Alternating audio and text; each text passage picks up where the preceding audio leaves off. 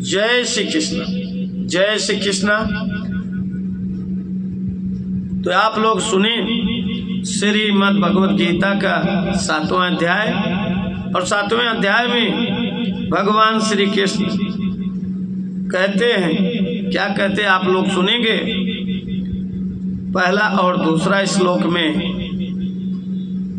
भगवान कहते हैं कि मया सक्त मनाः पार्थ योगम युजन्म दाश्रय असंशयम समग्रम माम यथा ज्ञास्यसि तच्छृणु। हे पार्थ, मुझ में अनन्य प्रेम से आसक्त हुए मनवाला तथा अनन्य भाव से मेरे परायण होकर योग में लगा हुआ मुझको संपूर्ण विभूति बल ऐश्वर्यादि गुणों से युक्त सबका आत्मरूप जिस प्रकार संशय रहित जानेगा उसको सुन। जय श्री कृष्ण। ज्ञानम ते अहम सब विज्ञानमिदम बच्चाम शेषतः यज्ञ ज्ञात्वा नेह भूयो अन्य ज्ञातव्यम वशिष्यते। मैं तेरे लिए इस विज्ञान सहित तत्व ज्ञान को संपूर्णता से कहूँगा कि जिसको जानकर संसार में फिर और कुछ भी जानने योग्य शेष नहीं रहे। जय श्री कृष्ण, जय श्री कृष्ण। तो मया आसक्त मना अर्थात मुझ में आसक्त हुए मन वाला। यहाँ ध्यान देने योग्य बात है कि मुझ में यानी भगवान के मैं का ठीक अर्थ समझा जाए, अर्थात भगवान के मैं का सही अर्थ नहीं समझा और हम में आसक्ति है तो हम भगवान के किसी रूप को भगवान समझेंगे। यदि हम में द्वेष है तो हम कहेंगे कि भगवान कितने अहंकारी हैं।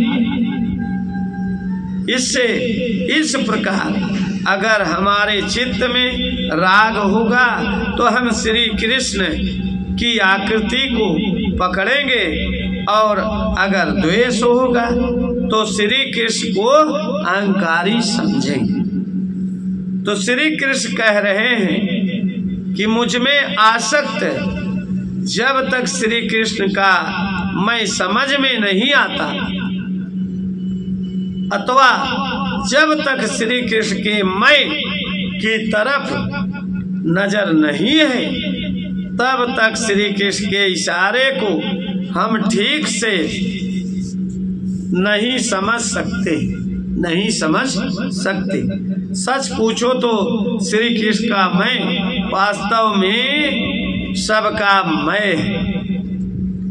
श्री कृष्ण ने गीता कही नहीं, वरन श्री कृष्ण के द्वारा गीता गूंज गई।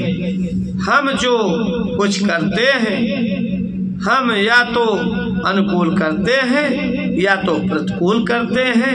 इस प्रकार करने वाले परछिन्न जीव रहते हैं, लेकिन श्री कृष्ण ऐसे व्यक्ति नहीं है जो परछिन्नता को मौजूद रखकर कुछ कहें।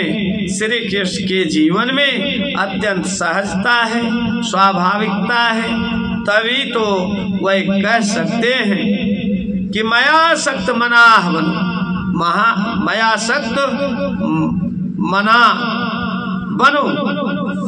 आसक्ति प्रीति शब्द तो छोटे हैं, बेचारे हैं, अर्थ हमें लगाना पड़ता है। जो हमारी बोलचाल की भाषा है वही श्री कृष्ण बोलेंगे, जो हमारी बोलचाल की भाषा है वही गुरु बोलेंगे। भाषा तो बेचारी अधूरी है, अर्थ भी उसमें हमारी बुद्धि के अनुसार लगता है।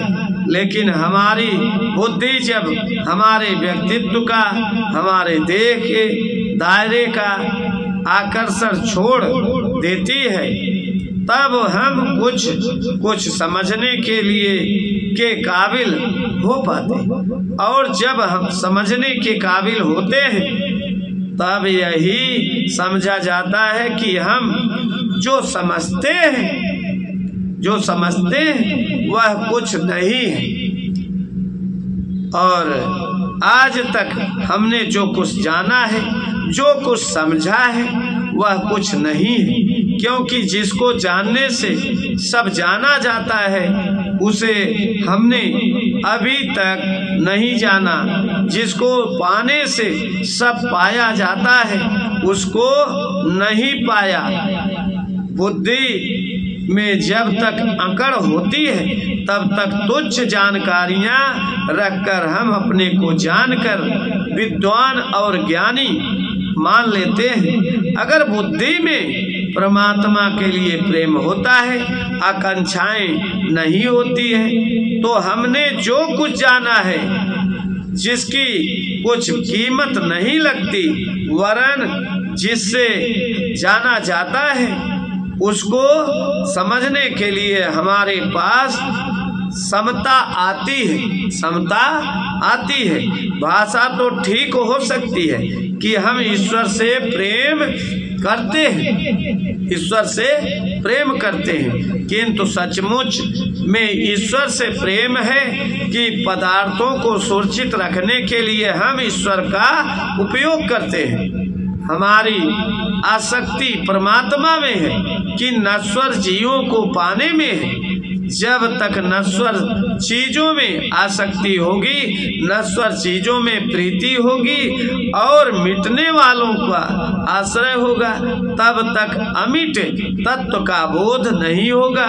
और जब तक अमिट तत्व का बोध नहीं होगा, तब तक जन्म मरण का चक्र भी नहीं मिटेगा। जय श्री कृष्ण, जय श्री कृष्ण।